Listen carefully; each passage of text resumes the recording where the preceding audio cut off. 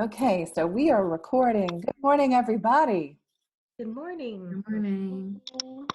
And welcome to our last, it's hard to believe this is our fifth and last Global Studies Happy Hour. So we hope you guys are all doing well and staying safe. And I am going to share this screen. Whoop. Here's another. Good.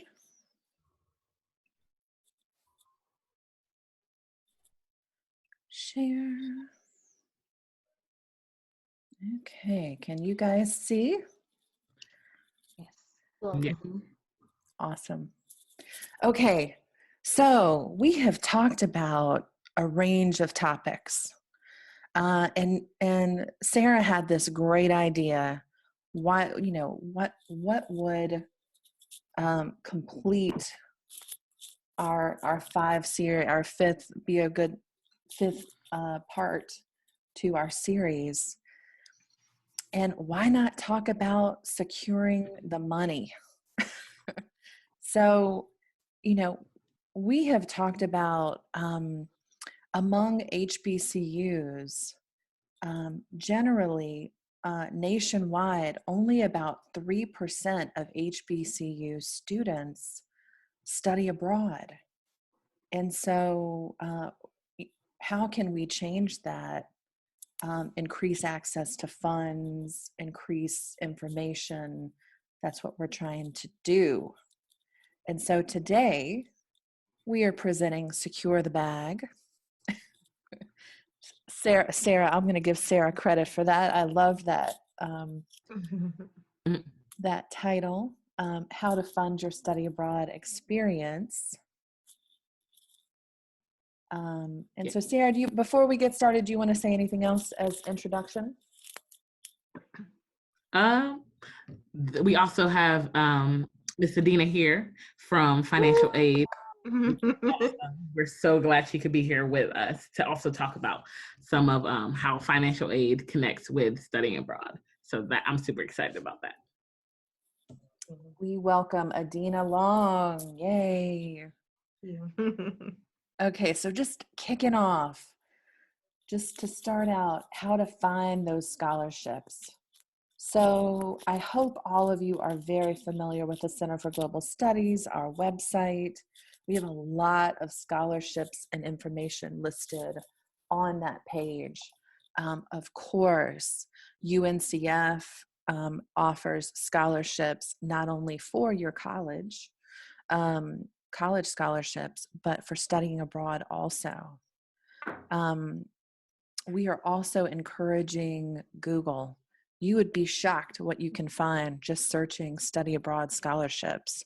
Some third-party providers, of course, provide scholarships, but there's all kinds of scholarships. And then, of course, to check out organizations that you're a part of, be them sororities or your church organization, but to ask around. And then, of course, to meet with financial aid and see what your gap is. So going and meeting with Miss Long and her colleagues over in financial aid will help give you a good idea. Sarah, anything you want to add to this first part? Nope, I think that's it. That's good. I'm going to turn it over to Sarah for the next piece. Okay, yes.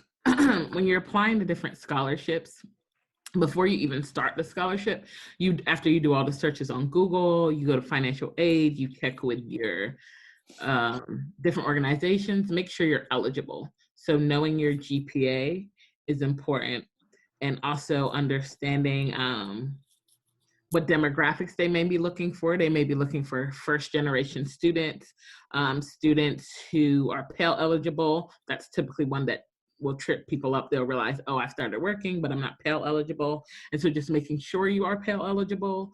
And then just making sure you're doing that before you even start applying. And the first step is you see the date and the deadline. So do not procrastinate. I know it's typically the college thing. Oh, I can wait to the last minute. With these scholarships, it's good to take your time and making sure you have at least a good 2 months to have everything situated. So the first month, you're making sure you're eligible, you've talked to your recommenders, you're making sure that you're thinking of different topics to write. You might even do an outline. And then the next month, you after you begin writing, then you go to the writing center and then you talk to different individuals. Maybe come to us too, because we also look over different scholarships. And so that's why that 2 month preparation time is important. So do not procrastinate, because procrastination is causing you to lose money. Making sure you're reading all instructions and understand the prompt. And so when you're beginning to write, make sure they will tell you sometimes they might have a limit. So some people are used to writing a lot and you're like, oh, that's a good thing. Well, they might have a maximum of how much they want to see you writing, and keeping up with those is important. Don't think, oh, I can do 500 words extra and they'll see that I'm super dedicated. Stick to the instructions and understand what they're asking you for as well. And definitely looking for other scholarship advisors or different people who have received it. And so you might not know, but we might know people in our center who've received it before, and we will maybe be able to put you in contact with them. Maybe other professors have talked with students they know who've received those scholarships before, and seeing what they need. For example, I know individuals who've received the Gilman, and so if you want to be put in contact with them, they're more than happy to talk to you about the scholarships and what you need to do and what they did as well. And then, what is the last one? Draft all ideas, write them down. You might think, oh, I'll remember them, but writing them down keeps you from forgetting. And that's important, because having things written down will allow you to go back to that sheet of paper or that outline and remember, oh, this is a good topic, or this is what I was thinking about. Or even when you come to our advising meetings that we'll do, because we'll do scholarship advising meetings, make sure that you're writing stuff down, because we might talk about different ideas or different things other people have written in the past, and that might spark an idea. And turn everything in on time. There's no late for scholarships. They're not pushing it back unless they say they're going to push it back. Make sure you're turning everything in on that deadline or even before the deadline. And don't think, oh, they'll probably let me do this later because I have this going on. That's most likely not the case. So turn everything in on time. So thank you, Sarah. That's awesome. So one thing that surprised us, maybe shocked us even, from last week's session when we were talking with the director of the Randleman Scholarship Program, she said in her discussion that they automatically kick out 60% off the top of applications because people did not follow instructions.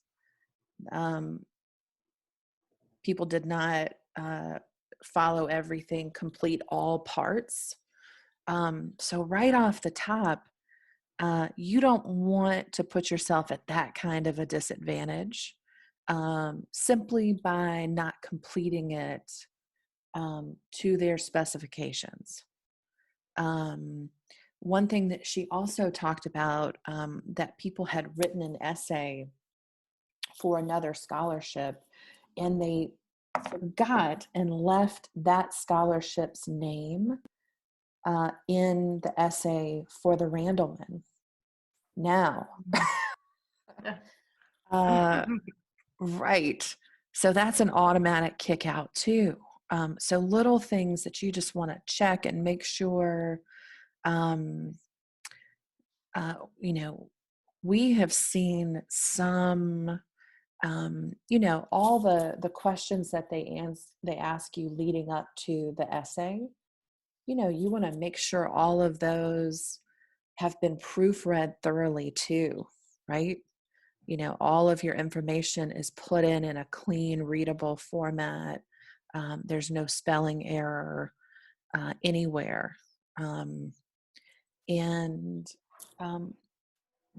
I think something Sarah and I can talk a little bit more about, maybe a little bit later too. really, when you get to the essay piece, it's such an opportunity to show off who you are, to tell your story. And, there's nothing, I think folks don't want to read generic essays. So whatever makes you special, whatever is unique about your story is just so critical, to tell that story and, let people know who you are. Um, Anything else? Any others want to add to that? I would just say also, like, typically you'll see a trend with scholarships, especially study abroad ones anyway, when they're asking you different questions and they might ask it a different way, but they want to see what you're doing on campus and what you're doing in your community as a whole.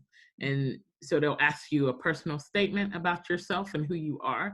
And that might be the first section of the prompt. And then the next section of the prompt will ask, like, what are you doing, or how can you implement this back on campus? Really, they're looking for a project or some idea that you're thinking about doing when you come back to campus, and how that scholarship that they gave you helped you abroad and helped you talk about the scholarship as well.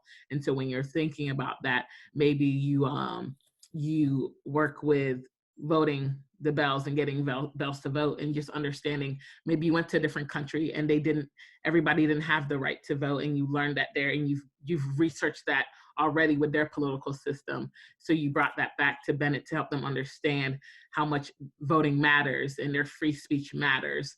And also that, let's say, the Gilman Scholarship allowed you to do that when you were abroad because they funded your program. And so now you're talking about what you're passionate about, what projects you're going to do when you get back to campus. And so host a workshop saying the importance of voting here and comparing it to other countries.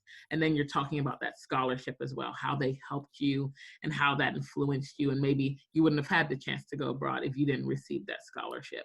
And so that's what they want to see that you're writing about in your essay portion, and how you're going to do that. What's the product? Mm-hmm. Mm-hmm. Yeah, Kataya.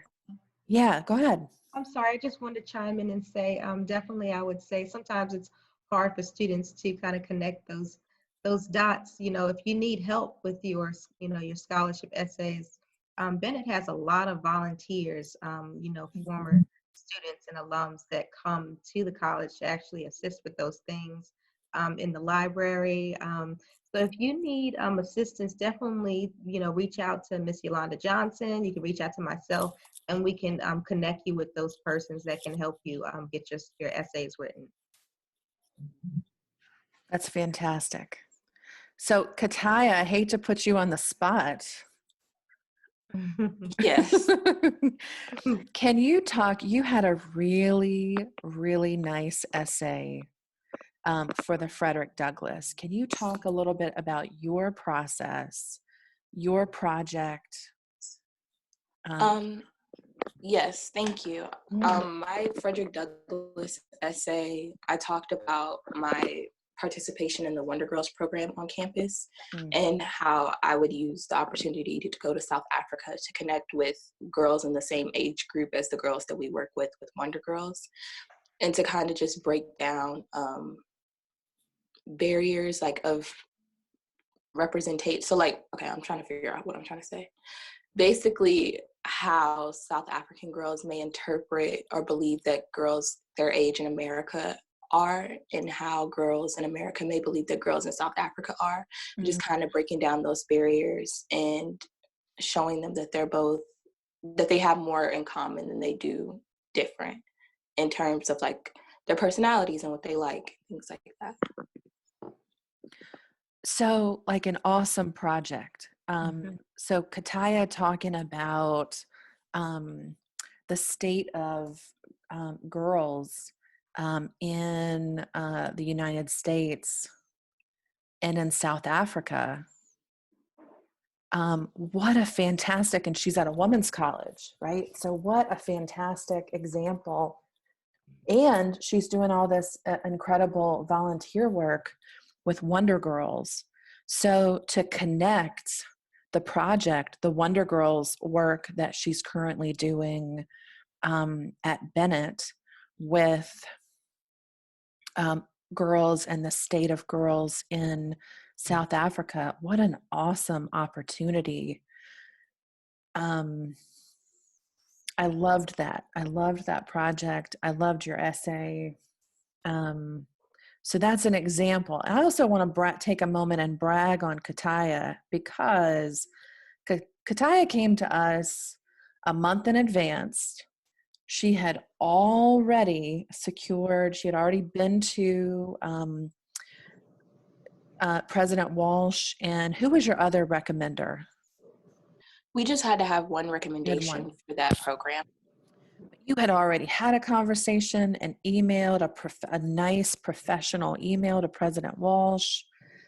And so what I would say to everybody, all students thinking about applying for scholarships and you need letters of recommendation, please give that professional courtesy of allowing, 3 weeks, 4 weeks, because sometimes your faculty member or the administrator is writing a lot of recommendations. And so having a little more lead time gives that person the opportunity to write you a stronger letter. And if they ask you, so, sometimes a recommender will receive your request, and then they may come back to you and say, are there any particular things you would like for me to highlight? So be ready to say, I want you to highlight that I'm a 4.0 student. I want you to highlight that I do this service work at Bennett. I want you to highlight that I'm in SGA. I'm in these leadership positions, how involved I am on campus, my character, all of those things. Recommenders generally know all that. But it's helpful if you send them your resume, right? Because then they can use that resume to detail all that phenomenal work that you're doing on campus. And it helps them, right? It sparks. They may know very well that you're SGA vice president or what have you. But it's nice to have reminders and the exact titles and all the different leadership positions that you have. So that's helpful too. And one more thing. When you ask, I always say this, don't ask someone if they will write you a letter of recommendation. Ask them if they are able to write you a strong letter of recommendation, right? Because if you ask for a letter, somebody can say, they can give you a mediocre letter, right? You want somebody to say, the sun rises and sets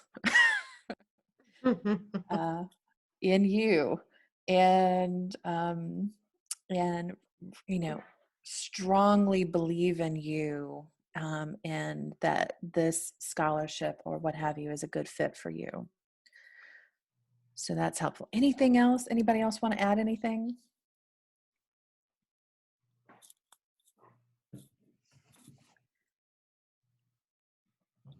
Nope. I love it. We keep going. Miss Sarah. Here are some scholarships to think about. These are just scholarships we know how they work with study abroad, but there's definitely more to search for and more to consider. The Gilman is one good one. It's offered by the State Department, and they typically will go from 1,000 to about 5,000. Could be more if you're doing a year program abroad, but they'll give you about that much. And they have multiple scholarships. They have hundreds of scholarships. Many students don't know that. The Gilman comes out twice a year. And so the first one comes out, like the deadline I think is in November. And then the second one, the deadline's in March. And they will send out all that information and then we'll send it out to you all. So definitely checking your emails and keeping up to date with that as well. They have different dates can change, but they'll definitely give you enough time to do it. They'll bring it out typically 3 to 2 months in advance and telling everybody, all the schools, about that information. And it's a good one to do just because they have multiple scholarships. You do have to be Pell eligible for this scholarship. And so that's one to keep in mind as well. And if you're not sure if you're Pell eligible, you can check your FAFSA and your report to see if you're that, and your need report, or also ask financial aid or check your Bellnet. That might be able to tell you by looking at your report as well. What is it called, Ms. Oh, Long? the student aid report, that's correct. Mm-hmm. Yep. Looking at that and seeing if you're Pell eligible. The Frederick Douglass is it's one that comes out every summer. It's a summer scholarship and it covers everything. It's a fellowship. Actually, it's a fellowship, excuse me. And it covers everything. And they typically go out from July to the end of July. So it's typically a 4-week program, and they'll go to different areas. This time they were supposed to go to South Africa, but with everything going on, that program was canceled. But students apply to that. That one is more selective. There are about 10 spots for that every year. And so making sure that scholarship, you just know you're going in and it's selective, and just knowing where you stand on their eligibility requirements. And so let's say their minimum is a 3.0. You know, if you just have a 3.0, you're now meeting that requirement. So that essay would need to be fire. That's just the truth. And making sure your essay, you're taking a lot of time on that. Even if you have a 4.0, still taking a lot of time on that. It's a selective fellowship, and they cover everything when you get there. And so that's why they're making sure who they're giving it to. The Boren is a little different than the other ones, just mentioning that. The Boren is more for STEM majors or people doing critical language. And so that program, it will come in. They have many different scholarships that they'll offer. And so you apply for one and it can put you in the running for other ones. And that scholarship, it's a scholarship that you don't just have to go with their program. So Frederick Douglass, let's go back to that. That program is with CIEE. And so you're going abroad with CIEE. Boren scholarships, they give you the money to pick who you want to go with, and for what. It just has to be for critical language or STEM programs. And so, for example, you can go with CIEE's program as long as it's a STEM program or a critical language program. So they're giving you that money to go abroad, and they're checking with you. And there's also some requirements you have to meet before you go. And so, for example, if they're really searching your critical language, there's some tests you will have to pass. And so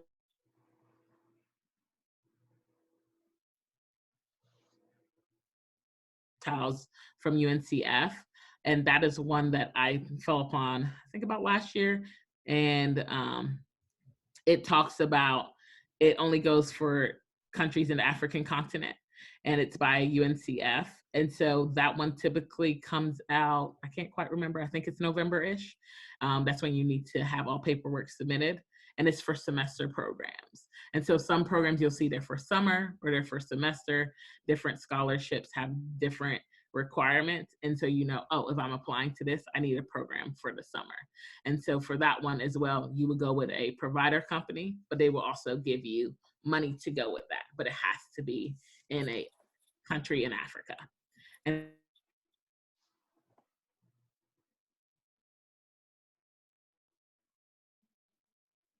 Sarah. Adina, is she frozen? She is frozen.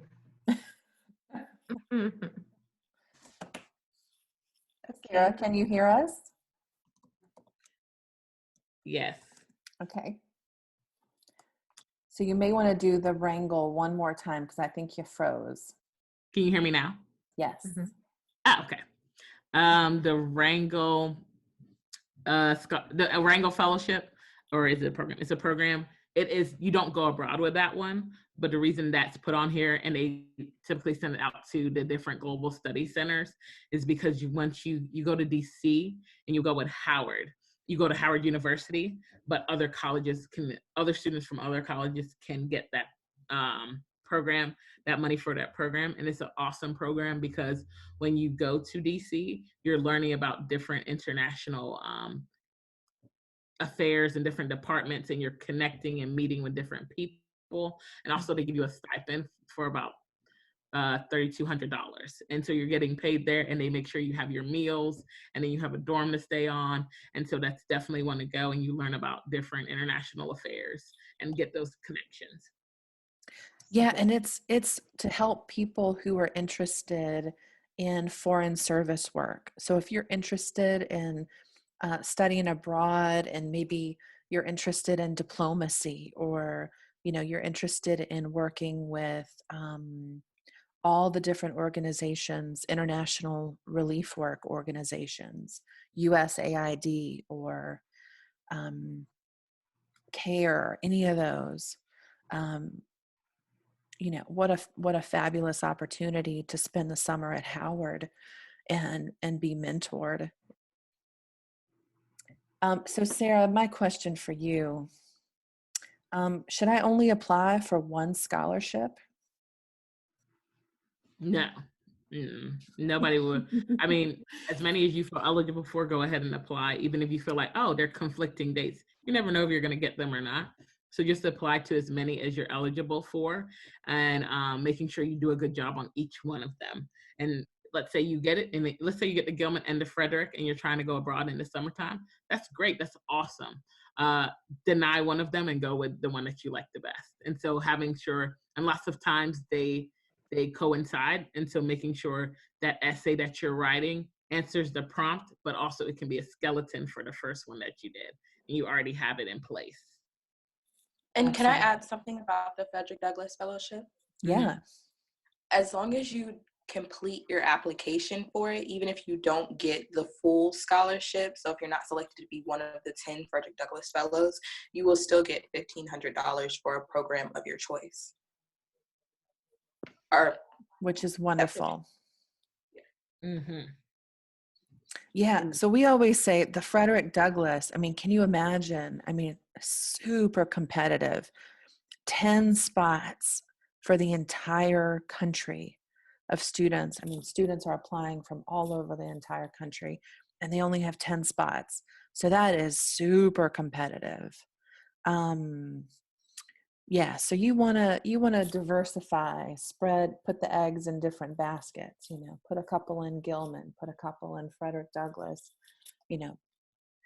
do the maybe do towels, but spread them out a little bit so that you have more opportunities of scholarships coming back. Yes, if you get 1 out of the 4, that's incredible, right? We will celebrate that. Let's keep going. These are just some scholarship deadlines. It'll be updated for this year, but these are just, it gives you around the time they typically come out. Actually, Gilman typically comes out in October. I was actually incorrect, but it just tells you different times when to have it done by. And so, hey, I see Gilman's due in October, typically October 1st, September, and even August. I need to be working on it and getting my recommenders as soon as possible. Funds for education abroad, that's the one that can be tricky because it's due September 10th. Many students will forget about that one. They won't do it just because they have school. They just now came back on campus, and they'll forget about it, but it will open in July. So they'll give you from July, August, September. And so when you're home over the summer, oh, that's one to look at, because they actually do give quite a bit of money. If you are able to get it, it can be from $1,000 to $10,000. And so depending on your program. And so just keeping up with the different deadlines and making sure whatever scholarship you're thinking about applying to, you're keeping up with that as well. Awesome. So other ways to think about funding. So, in addition to, scholarship money and needing money for tuition and all those things, you also need spending money. So it's important to think about saving. And you can put a little bit away every week, put a little bit of money away every month. But you can also work with our office to create a budget. Sarah has some great templates for you to think about what are kinds of things that you might need, be it excursions or, taking trains places and souvenirs and things that you need to plan to spend money on. And then I'm going to let Sarah do this next one. Gotcha. And so, yeah, just start cutting back. You have to ask yourself, what do you think is important, especially if you know you want to go abroad? So do you really need that dress from She's In? Probably not. Boho, you have to take a step back. You can't use Amazon Prime to order all the stuff. So you'll start seeing where you start saving.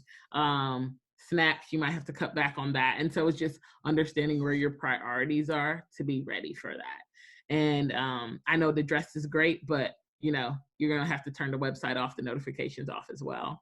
Definitely, and start getting apps. And this is something good, even if you're not thinking about studying abroad. Just start budgeting for your future.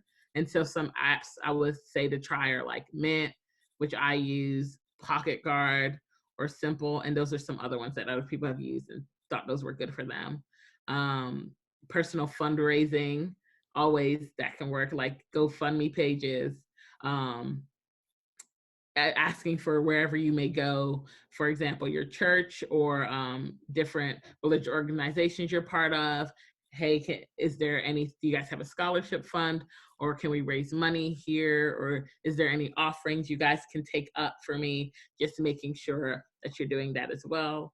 And going back to the basics, having a bake sale or a car wash or different funding ideas. I know you guys have some great ones. Some of you guys are entrepreneurs and you make your own jewelry or your artwork, or you do hair. All those different things can work for you to save money.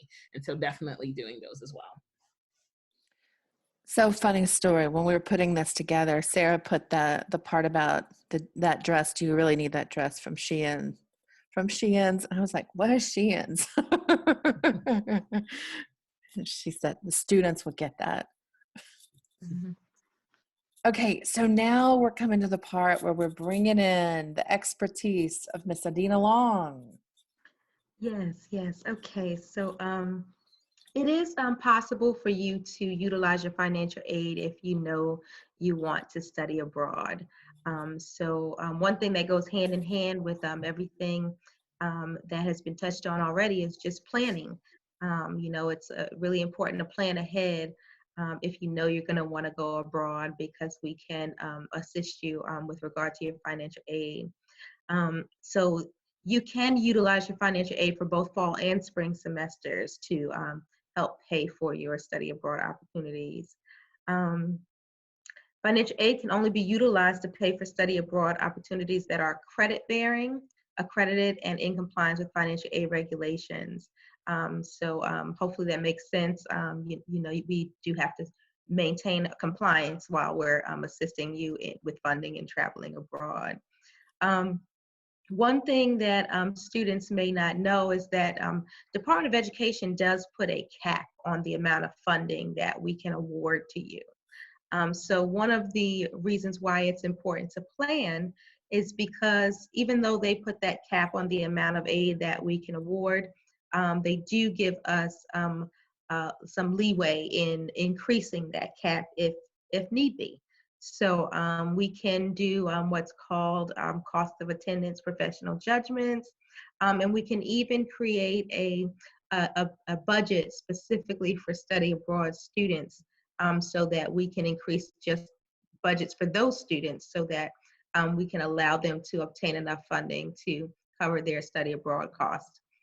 So it's important to plan and to let us know if you plan to go abroad, so that we can assist you in your planning process. Wonderful. One of the things that can be helpful, just because you have room to be awarded and you have room in your budget to use funds for study abroad, doesn't mean you have the funds to fill that gap. So it is really important, as previously discussed already, to apply for scholarships to help cover those costs. And of course, we push every year throughout the year the importance of applying for UNCF, which is a relationship that we have with United Negro College Fund that we've sustained for years now. And they have plenty of funding available to assist you, but naturally you have to apply. So it's really important to start working on that as early as possible. So for example, for the upcoming academic year 2021, UNCF typically starts to put the 2021 awards online for the following academic year, the first week of June. So you may already be aware that you have to complete your general scholarship application once a year. So for the 2021 award year, that application will go online the first week of June. You can go on there, get your UNCF general application out of the way, filled out and out of the way.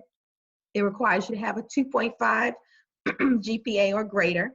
And then once you have that general application on file, that general application actually opens the gates for you to be eligible to apply for other competitive scholarships as well. So the competitive scholarships are the scholarships that are typically named, like the Coca-Cola Scholarship or the Koch brothers Scholarship. So those are competitive scholarships, and you can apply for those as well. It's extremely important that you apply for those competitive scholarships. They give those scholarships to more than one student. So it's not like you apply for the scholarship and they're reviewing it for hundreds of students and only one student is going to get it. Sometimes I get notifications from UNCF that 5 students have gotten one scholarship or 10 students have gotten one scholarship. I've gotten notifications with as many as 25 students getting one scholarship on it. So it's really important to get yourself in the pool so you can be amongst one of those selected. Of all the issues that we have with scholarships, the biggest one we have is getting students to put themselves in the pool to apply. We know that you guys may have had experience with applying for scholarships and you don't ever hear anything back or you don't get it. But UNCF are scholarships that are really attainable.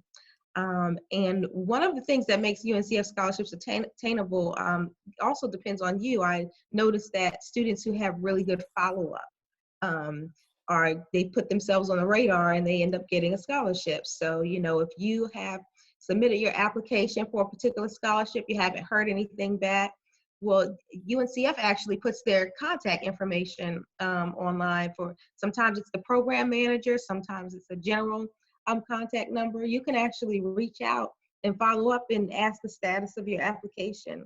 And sometimes that puts you on the radar of the program manager for that particular scholarship, and students end up getting awarded that way. So make sure you have good follow-up with your scholarships as well if you're not hearing anything back and you haven't been awarded, because that can be helpful. Finishing and submitting your scholarships. So that is, you may recall that UNCF actually has a competition every year for completed scholarships amongst the 37 member institutions. And one of the reasons for that is every year they publish and provide us with information on where we are with our population in our scholarship application process. So we'll find sometimes that even though we have 300 students that have applied for scholarships, only 100 have completed the applications for their scholarships. So it's really important to see your scholarship application through to the end, which means if you have applied for a scholarship that requires recommendations, you've made sure that your recommenders have completed their portions of your scholarship applications all the way until it gets to the point where it shows you that it has been completed. That's really important. And the type of scholarship that you apply for is really important as well. It's possibly one of the most important things as far as being attainable. When you apply for scholarships on the UNCF website, you will notice that they're categorized. On the right-hand side of the screen, there's an eligibility requirements box, and that box will label the scholarships. It might say it's available to all four-year institutions. It might say it's available to private colleges only. But one of the things that that's great about our relationship with UNCF is that we are one of the 37 member institutions. So that particular designation says UNCF affiliated. And when you see that, that lets you know that you are among students who are only in the pool of 37 schools competing versus being in a pool of 100 schools or 200 schools competing. So it's always really, really good if you can apply for the scholarships that are designated as UNCF affiliated. Perhaps those are some of the most attainable scholarships, being the smaller pool of applicants. So you just want to make sure you look for that designation when you're applying, and also catering to your questions. So if you have any questions about UNCF or any questions about your application process, feel free to reach out to me or Mr. Washington in Financial Aid, and we'll be glad to get your questions answered. Miss Long, thank you so much. That's really important. And I think for students to think about it like this, you could, for a couple of hours of work, so working on the essay, getting recommendations, following up, making sure all those boxes are checked, you could earn thousands of dollars You can. that you don't have to pay back Absolutely. ever.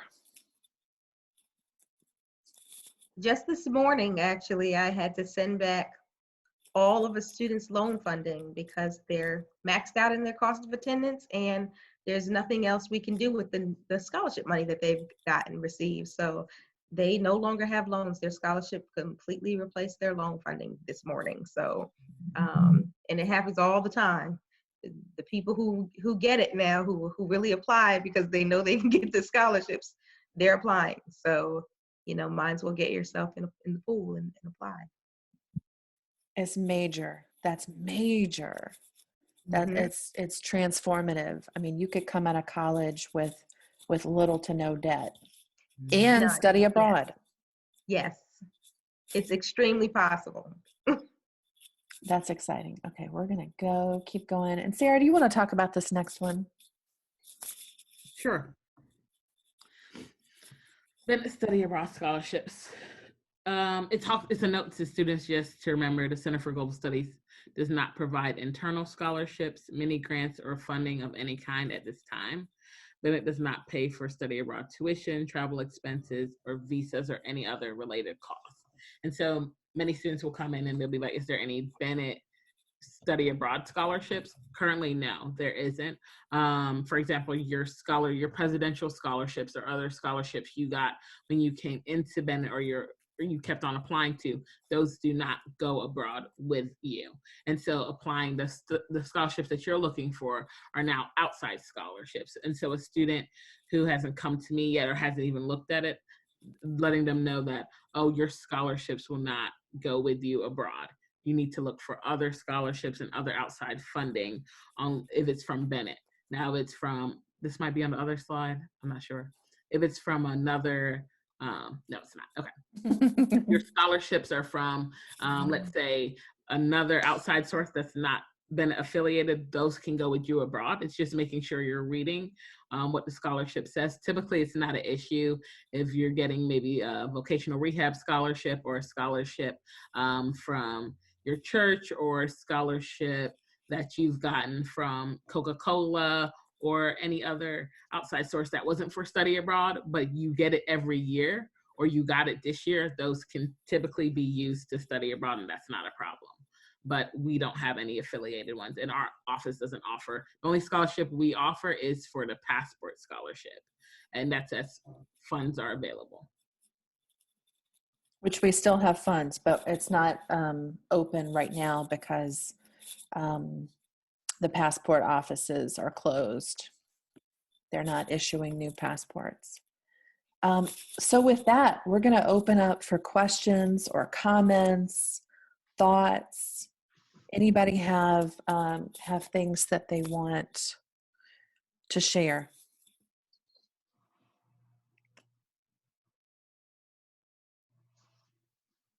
What's the best way about going and getting recommendations? Because I know a lot of times something that differs that kind of like makes me not want to apply for certain things is that I get kind of nervous to ask this one person for like 5 scholarship applications. So I might apply to like a couple different things, but wanting to go and ask that person, like not knowing if that person would be willing to write me recommendations for everything that I'm applying for.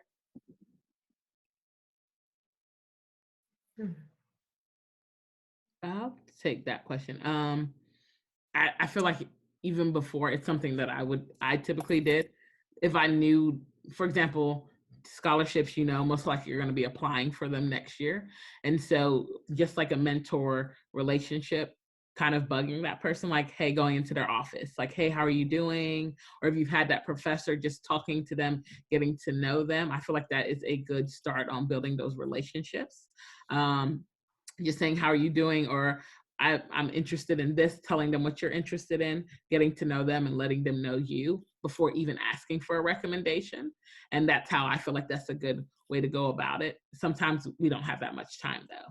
And so if it's somebody who's seen your work, or you've met them in passing, just letting them know if it's possible for them to write you a strong recommendation.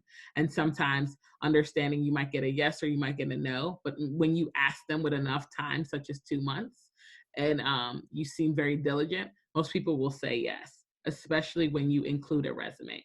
You always ask for a recommendation with a resume included. One of the things I might say, okay, give me a resume. If a student doesn't attach the resume and I have to keep fighting to get them to say something about themselves, it's like a turn off. It's, oh, well, I have to chase you down for your recommendation and your resume after I've already asked. You always want to make sure you're doing that and you're prepared and giving the person the best way to write about you as well. And once they write the first recommendation, it's typically not a problem to write you another one for anything you may need, because they're going to use the same one.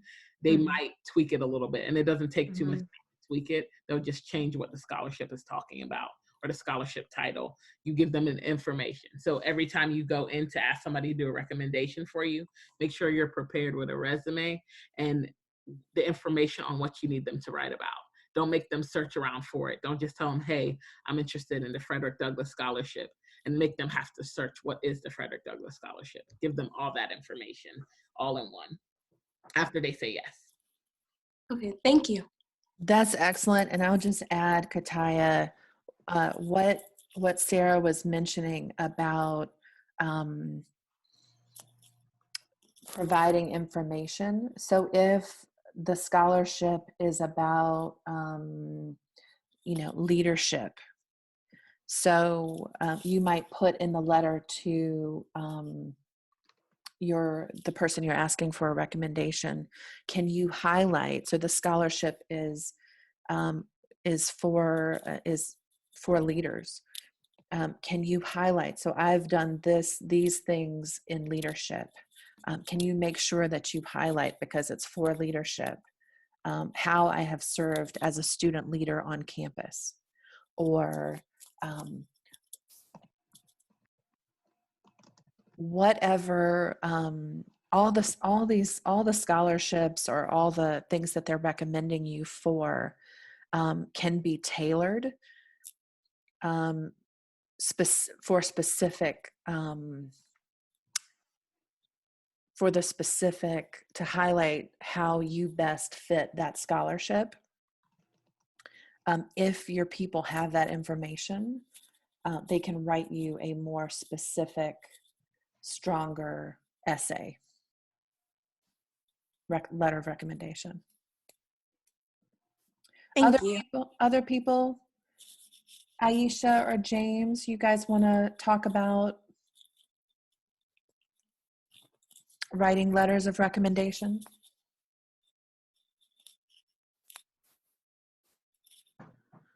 Not really. I think what you guys said is so true, and I'm glad that you guys are letting students know that, because it's hard. It is harder to write a recommendation if they don't submit their resume and or even tell you what the scholarship is about. I just wrote one for someone I think last week, and I had to go look up the scholarship myself to see what the scholarship was about, see how it related to the student. Um, in order to write a strong recommendation. So, and then of course, I had a little background on her, so that was helpful. But had I not had that background, that it would have been crazy. And she asked me at the last minute to write it, and I had to go through this portal and all these different steps, and I was just like, oh my god, you know. So, yeah, thank you for letting them know. Look, you need to be prepared for getting people prepared to write your strong recommendation, just as prepared as you need to be for writing the essay for the scholarship. So, yeah.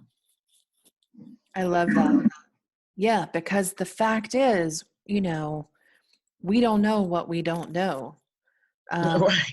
So just like students like instructions on whatever essays that they're doing, it's helpful if you know the basics.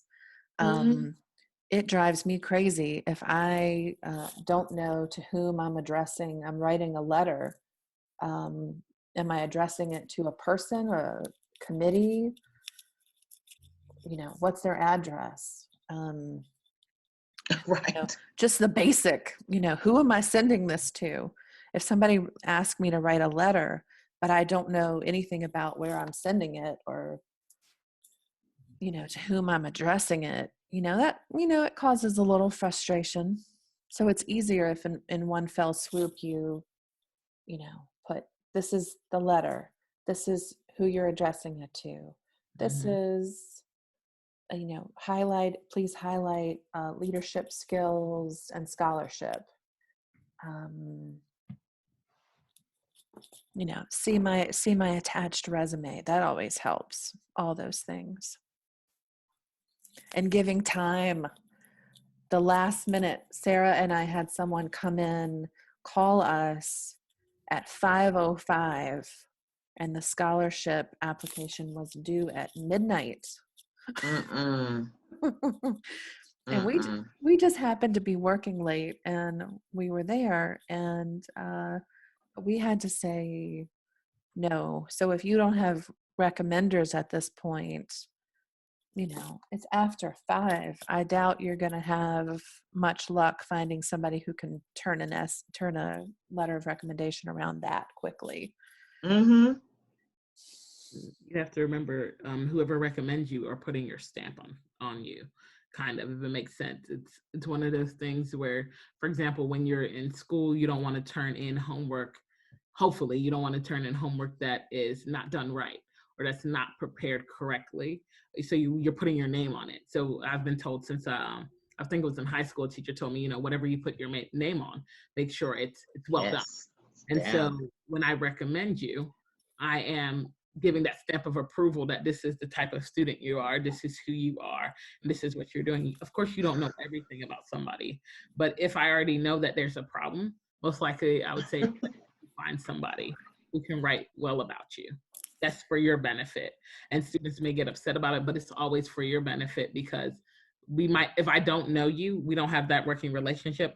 I may do one for you just because I want people to get that study abroad recommendation, but I will recommend that you find somebody who knows more about you to write that scholarship. And it's not any hard feelings. It's just, I want you to have the very best at that point. It's very few times because I work in the Global Studies Center, I may write one last minute, but it's not helpful as it can be for you. You don't just want a recommendation because you need one to fulfill it. No, they're actually reading it for those scholarships. They're reading what they say. They have other people reading recommendations and they have other people reading essays, and that's all a part of the process. And so it's important who you get to recommend you.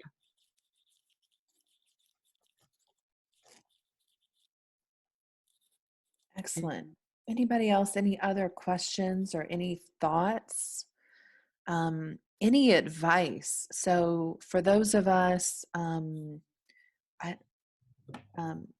Crawford and Miss Griffin and Amy and Sarah, any last minute advice you would give students on scholarships or anything we haven't covered?